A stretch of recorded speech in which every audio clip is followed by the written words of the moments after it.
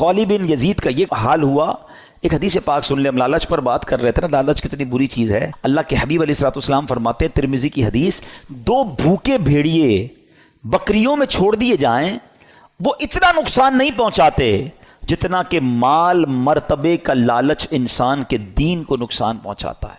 بھیڑیے جا کر بکریوں کو تو چیڑ پھاڑ کر دیں گے نا، فرمایا اس سے زیادہ دین کو نقصان انسان کو جب لالچ مال کی یا مرتبے کی ہوتی ہے نا، وہ اس کے دین کا بیڑا غرق کر دیتی ہے.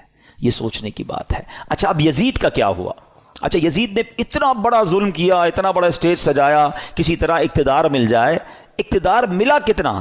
یزید جو ہے اقتدار میں 3 برس 6 ماہ رہ سکا، بس 3.5 سال اسے اقتدار ملا، اور پھر 39 سال کی عمر میں مر گیا. 39 ایئرز کی ایج میں. کیا عمر ہوتی ہے یہ؟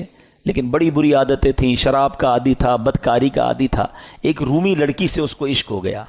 اس لڑکی نے اس کو جنگل میں بلایا، بیابان میں بلایا، اور جب خوب شراب کے نشے میں دھت ہو گیا تو اس کو خنجر کے وار کر کے یہ کہہ کر ہلاک کیا کہ تو بدبخت اپنے نبی کے نواسے سے وفاداری نہ کر سکا، مجھ سے کیا وفاداری کرے گا. اس کو مار کر وہ لڑکی چلی گئی. کئی دنوں تک کسی کو پتہ ہی نہ چلا. چیل کوے اس کی لاش کو نوچتے رہے. اس کے ساتھی ڈھونڈنے نکلے کہ یزید گیا کدھر. بیابان میں اس کی سڑی ہوئی لاش ملی، کھڈا کھود کر اس کو دفنا دیا گیا. یہ انجام ہوا ان ظالموں کا.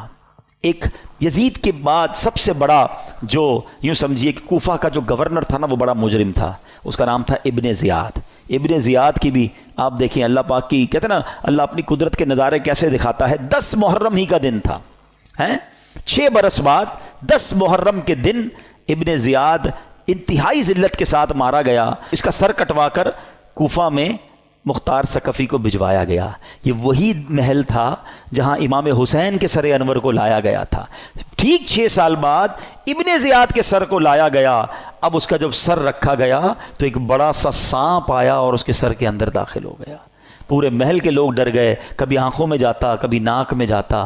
تو میرے پیارے اسلامی بھائیوں، یہ واقعات ان یزیدیوں کا انجام ہمیں بتاتا ہے کہ ظلم جو ہے نا وہ زیادہ دیر نہیں چلتا ہے.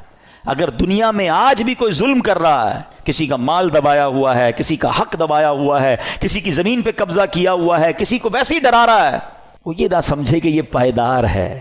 ظالم کا انجام جو ہے نا وہ بڑا ہی عبرتناک ہوتا ہے. پھر دنیا تماشا دیکھتی ہے، اور مظلوم جو ہے اللہ اسے ترقی دیتا ہے، اللہ اسے عروج دیتا ہے. قرآن مجید فرقان حمید میں اللہ کریم نے ظالموں کے بارے میں کیا فرمایا؟